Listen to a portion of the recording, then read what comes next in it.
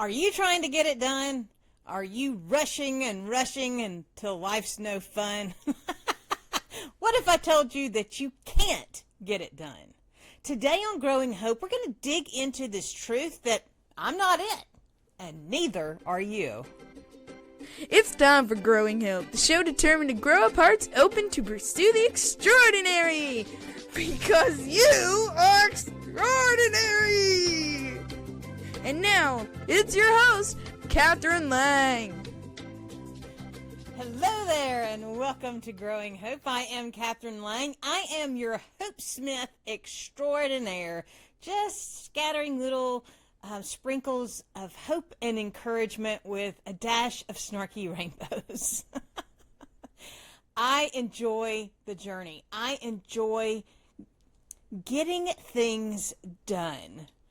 But recently I discovered I can't do it all. I can do a lot. I can get a lot done. I can accomplish a lot of tasks. But more often than not, I get tangled in the busy with much doing. I get tangled in the shiny object syndrome, especially when I'm trying to pursue what I think I'm called to do. I'm so excited about what it is I'm called to do that I'm off chasing the next squirrel, and I chase it right down a rabbit hole into Wonderland. And I've been working with Laura Morlando, the stress commando. She is amazing, and she has helped me hone in on this idea that I have to do something for a certain amount of time before I can judge whether or not I reach the goals that I set. For instance, when I am baking and I start a recipe, in the middle of the recipe, I do not stop and say, this recipe doesn't work. I'm going to do another recipe. I actually make the recipe before I make a judgment. The only time I have ever had a recipe that I threw out before I finished cooking were salmon patties. The first time I made salmon patties. Now, I made the first couple of salmon patties, but they were horrible. They were so bad. I put them in the cat bowl and the cat walked away. But most of the time, I try the recipe. And I don't even throw the recipe out after trying it the first time. If it's not just exactly like I wanted, I make some tweaks. It's really why I use recipes as a starting point. But when it came to walking out my unique design, I had hit so many snags in the journey, mainly due to people telling me how I had to do it. So I would give up out the gate. If I did not go universally viral on day one, I figured this was not what I was supposed to be doing. I need to do something else. And I would try something else. And then I would try something else. And then I would try something else. And I never completed any of the recipes. You can't eat if you don't complete the recipe. So I have been encouraged to give it time. Let the consistency shine through and then judge your results. In other words, finish the recipe. But today, we were in our Bible study group and we read from John 5:19.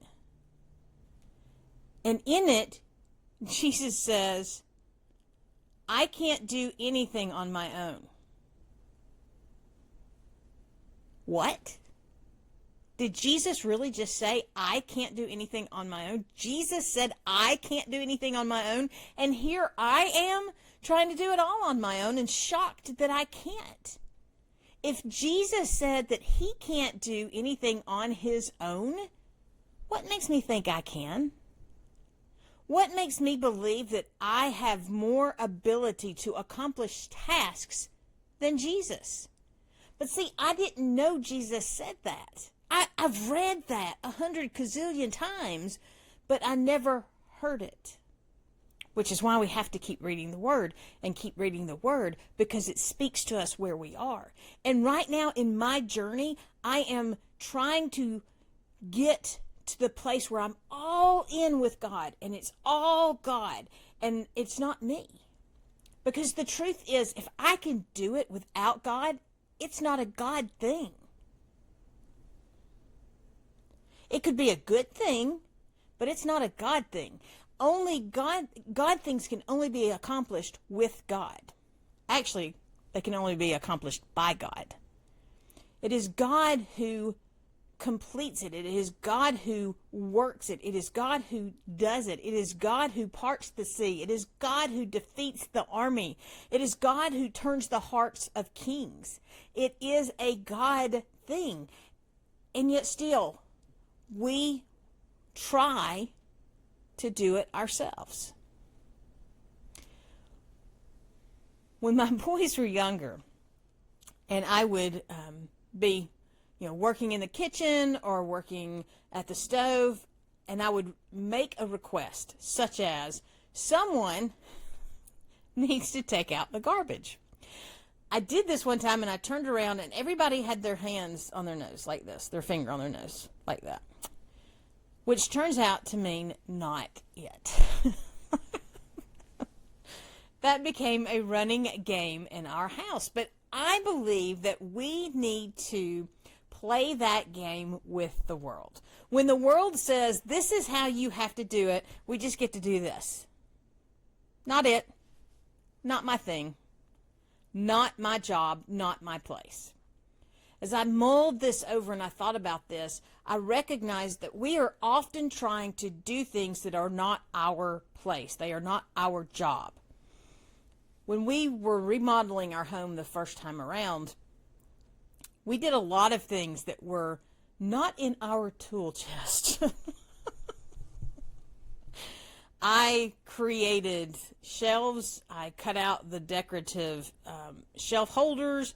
I painted me more than I painted whatever I was painting. I stained. We did it all ourselves, and often without the tools that we needed. After the tornadoes of 2011, we hired a contractor to come in, and they had all the specialty tools. They had all the experience. They knocked it out. It looked better. It went faster because they knew what they were doing. I could have pushed them to the side and said, no, I will do it. But it wouldn't have made sense. And in my walk, more often than I care to admit, I push God aside and I say, no, I'll do it. I think partly because I don't want to bother him with the little things, which is why one of the truths is that God is interested in the little things of our lives, but mostly because what if he doesn't want it the way I do? That's a harsh truth. I don't want God to take control because I want to get to dictate the outcome. Over the last 8 months, I have been very conscious about letting it go.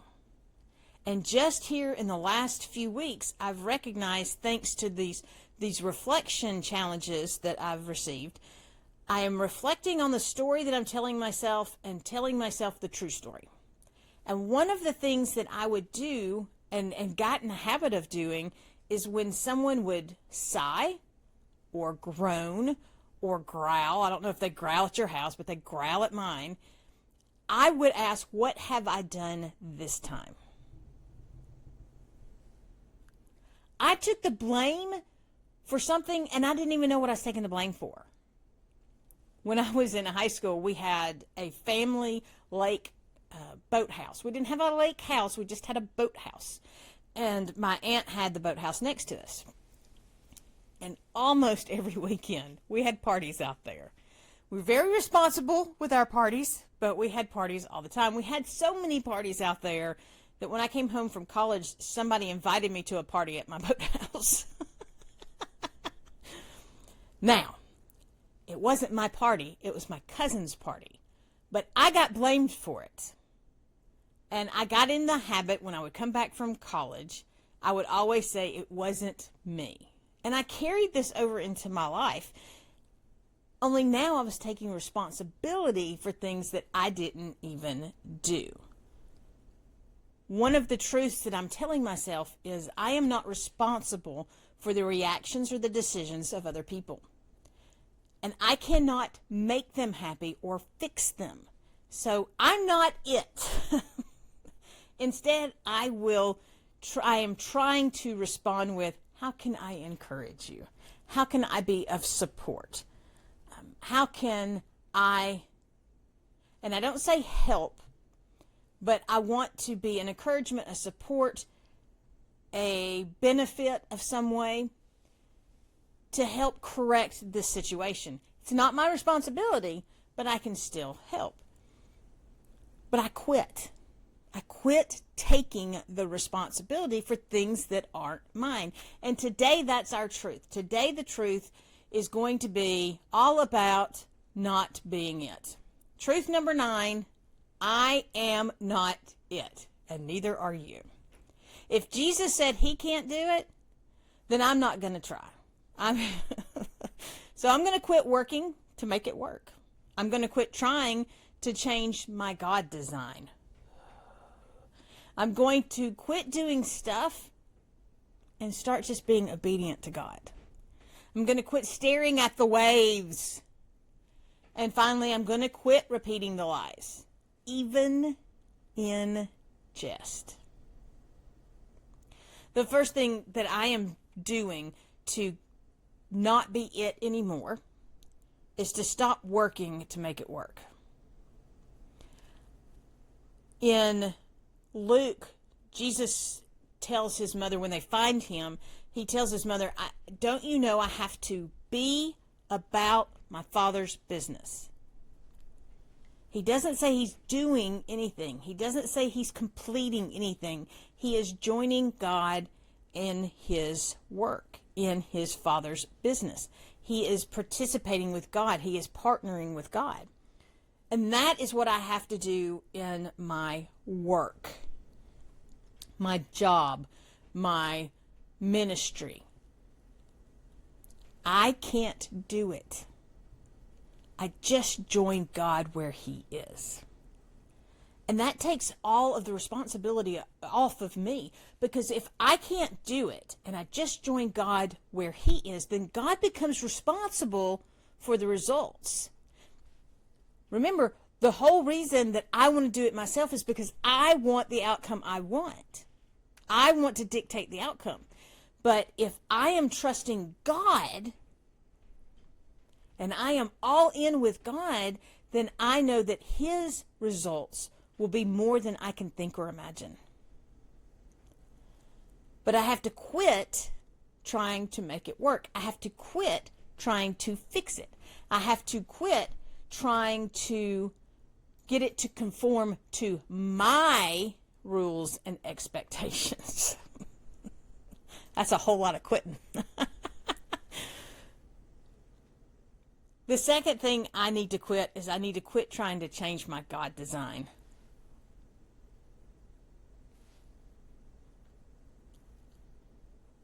I have attempted to be more ladylike. My mom wanted so much to have a girly girl. She was so excited when I was born. She was so excited. She got me the canopy bed she always wanted. And I was only 2 at the time.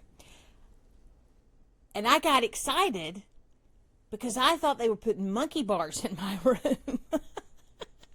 When they told me I couldn't climb on the canopy, I wouldn't sleep in the bed. I never slept in that bed. Ever. I slept under the bed. I slept in the closet. I slept under the rocking chair in the living room. But I did not sleep in the bed because I wanted monkey bars and they didn't get them for me. I've tried being what my mom wanted me to be, but it didn't fit. I tried being what that radio expert told me, but it didn't fit. See, anything outside my God design will not fit. It will be uncomfortable for me. It will be hard for me to pursue. No, it'll be impossible for me to pursue my unique design outside of my God design, because they're the same thing. God designed each of us on purpose and for a purpose. And when we try to dictate that design, then we're outside his will. And anything outside God's will is not the way. There is only one way, and that is the design he made us in from the beginning. The third thing I have to do is I have to quit doing stuff. I have to quit doing stuff and just be obedient. God did not give me a to-do list. Okay, technically it's a to-do list, but Jesus narrowed it down. Love God, love others. Everything else works itself out. That's the ultimate parameter for the Abundant Life program that Keith and I put together, my husband and I put together. AbundantLifeProgram.com. It is all about loving God, loving others, knowing your unique design, and living out your unique design. But if I'm caught up in doing stuff, busy with much doing, just like Martha was, busy with much doing, I don't have the time, the energy, or the focus to be obedient to God. And anything outside complete obedience is disobedience. So I can be doing all of this good stuff over here and be completely disobedient to God. But when I just keep listening and keep leaning in and keep reading his word and making his word a priority, then I will begin to align with obedience in him. The fourth thing, quit staring at the waves. There is nothing that's going to pull you down faster than to focus on your problems. The other day I was outside and I was enjoying the day. I was enjoying the breeze. I was looking at the clouds and I was thinking, wow, those were some pretty dark clouds. But there was no rain and there was no thunder and there was no lightning. What I didn't know was just a couple of miles over there was a tornado. But I was completely oblivious to the storm because I was focused on my walk. And when I focus on my walk with Jesus and I don't pay attention to the waves, then he gets me through it. He does it for me. It is all about my focus on Jesus over my focus on the waves. And the final thing is to quit repeating the lies. It is not my fault. It is not my bad. It is not my mistake. I am not responsible for how someone else responds to my words, to my actions, or to my attitude. I am responsible for my words, my actions, and my attitude. I am responsible for staying aligned with God and love. But I am not responsible for how others respond to that. And I am not responsible for fixing my husband or apologizing when he makes a mistake or when he does something I don't think is aligned with what's supposed to happen. It is not up to me. I quit. I am not it. And I am not going to keep those lies on me anymore. I'm going to focus on God's truth. That's why we're doing this. Because the truth is the truth. And God's truth is the only truth. And the more I invest in God's truth and the more I invest in God's word, the more I'm bold enough to look at the world and go, I'm not it. The world cannot make me responsible for something that is outside my control. I'm giving it all to God, and I'm trusting him. And I challenge you to do the same. Thank you for joining me for today's Growing Hope. And until next time, remember, be blessed and be a blessing. Thank you for joining us for Growing Hope with Kathryn Lang, where we are sharing hope, encouragement, and inspiration to do more. Visit www.kathrynlang.com to invite Kathryn to be part of your event or to share your own stories of possibility living. Until next time, remember that a seed of hope planted and nurtured will grow up into a world of possibilities.